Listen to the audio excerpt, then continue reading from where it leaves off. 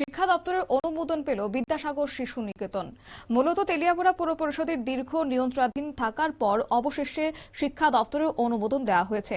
বিগত সরকারের জামানায় 1998 সালে তেলিয়ামুড়া পৌর পরিষদের নিয়ন্ত্রণে শহরের আর্থিকভাবে দুর্বল ও মধ্যবিত্ত শ্রেণীর পরিবারগুলির সন্তানদের শিক্ষার কথা মাথায় রেখে গড়ে তোলা হয়েছিল একটি বিদ্যালয়, বিদ্যাসাগর শিশু নিকেতন।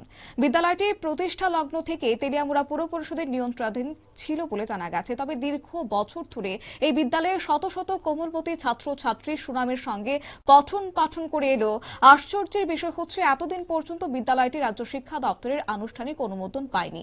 ফলে বিদ্যালয়ের ভবিষ্যৎ ও শিক্ষার্থীদের স্বার্থ নিয়ে অভিভাবক মহলে দীর্ঘদিন ধরে একটা উদ্বেগ তৈরি হয়েছিল। তবে বর্তমান সরকার ক্ষমতায় আসার পর থেকে বিদ্যালয়টিকে রাজ্য শিক্ষা দপ্তরের অনুমোদনের আওতায় আনার জন্য একাধিকবার উদ্যোগ গ্রহণ করা হয়।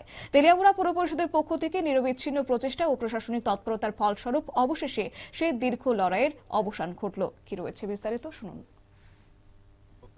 আমার ভাই বোনেরা আছে, তাদের বাচ্চাদের জন্য একটা সুশিক্ষার উদ্দেশ্যে কিন্তু একটা ইউডাইস নাম্বারের প্রয়োজন হয়, যেটা 2004-05 সাল থেকে সেটা শুরু হয়েছিল।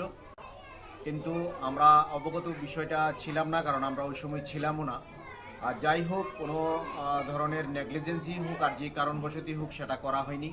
আমার গোচরে আসার সাথে সাথে সেটা নিয়ে আমি পদক্ষেপ গ্রহণ করি এবং আমাদের মাননীয় বিধায়িকার তৎপরতায় এবং আমাদের যিনি এখানে প্রিন্সিপাল আছেন স্কুলের, উনিও অত্যাধিক এটা নিয়ে গুরুত্ব সহকারে বিষয়টা দেখেছিলেন। আমরা প্রত্যেকের সম্মিলিত প্রচেষ্টার মাধ্যমে আমরা ইতিমধ্যে গতকাল আমরা সেটা রেজিস্ট্রেশন পেয়েছি এবং ইউডাইস নাম্বার যেহেতু আমাদের মাঝে।